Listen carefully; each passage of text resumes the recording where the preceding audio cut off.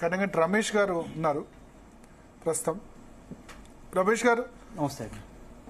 ఏంది Trump comments చూస్తే ఇవాళ మళ్ళీ ఒక కామెంట్ చేశారు. సరే ఐఫోను యాపిల్ దాని పక్కన పెడితే పూర్తి స్థాయిలో నేనే కారణం మొత్తం నా వల్లే జరిగిందని చెప్పినా కానీ ఇవాళ కొంచెం టోన్ మార్చారు.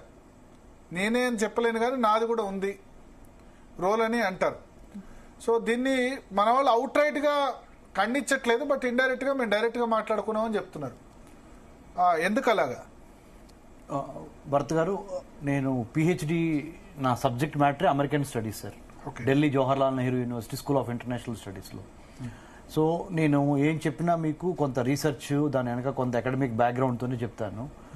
సో జనరల్గా ఎలా ఉంటుందంటే, when a president of the United States of America, that to the most powerful nation on earth, technologically, economically and military wise, he would like to, అంటే ఆయన తప్పనిసరిగా ఒక క్రెడిట్ తీసుకోవడానికి ప్రయత్నం చేస్తారు. బట్ మన భారత్ తరపున కూడా మన డాక్టర్ ఎస్ జయశంకర్ గారు, మా ఢిల్లీలో మా జేఎన్యూ సీనియర్ మాకు సార్, ఆయన he's doing an excellent job as a foreign minister of India, as we all no.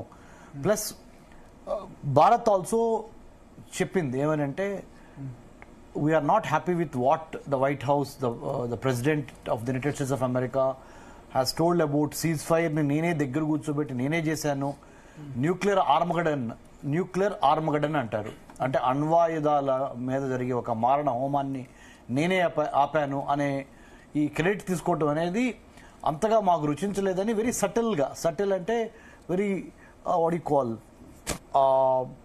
చెప్పకనే చెప్పటం లాగా మనం వాళ్ళకి చెప్పాం. We're not happy about, it's not palatable అన్నాం, అంటే మాకు రుచించట్లేదని చెప్పాం మనం. సో చెప్పకనే చెప్పడం ఎందుకు? Right very smart question, I want appreciate you. ఎందుకంటే right now we're not in that kind of a position to say on face. సి డిప్లొమసీలో దౌత్యం అంటే అదే భరత్, నీకు తెలియదే ఉంది.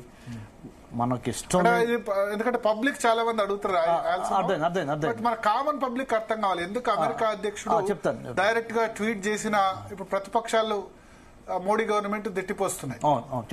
చెప్తాను.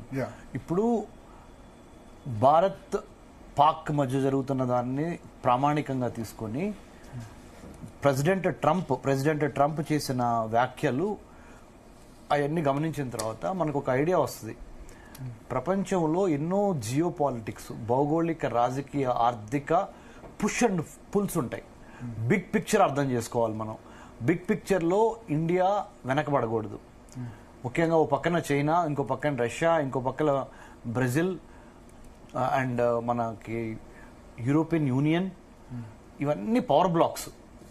ఈ పవర్ బ్లాక్స్ మధ్యలో భారత్ తన ఉనికిని కాపాడుకుంటా, తన ఇమేజ్ని కాపాడుకుంటా ముందలకెళ్లే పరిణామ క్రమంలో కొన్ని గివ్ ఇన్స్ ఉంటాయి. కొన్ని అంటే గివ్ అండ్ టేక్ పాలసీ అనుకోండి ఇంగ్లీష్లో. తెలుగులో చెప్పాలంటే కొన్ని చోట్ల తగ్గాలి, కొన్ని చోట్ల అస్సలు తగ్గకూడదు. ఎక్కడ తగ్గాలి, ఎక్కడ తగ్గకూడదు అనే ఒక విచక్షణని పాటిస్తా చాలా జాగ్రత్తగా ఫారెన్ పాలసీని డ్రైవ్ చేసుకుంటా we have to navigate the troubled waters. ఒక సముద్రంలో ఒక షిప్ ఎట్లయితే ఒక అల్లకొల్లోలంగా ఉన్న సముద్రంలో నుంచి దాటి ప్రశాంతంగా తన గమ్యస్థానానికి చేరే ఈ ప్రయాణం ఎలా అయితే ఉందో, అలాంటిదే అంతర్జాతీయ సంబంధాలలో అతి జాగ్రత్తగా రాజకీయంగా, ఆర్థికంగా, మిలిటరీ పరంగా, డిప్లొమాటిక్, దౌత్యపరంగా ముందరకెళ్లాల్సిన పరిణామ క్రమం. కాబట్టి అమెరికాని పూర్తిగా మనం సైడ్ చేయలేము, అలా అని అమెరికాతో పూర్తిగా ఏకీభవించి అన్నిటికీ సలాం కొట్టలేము.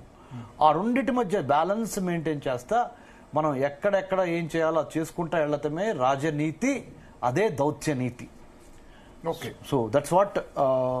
అంటే there are no permanent friends and no permanent enemies in international relations.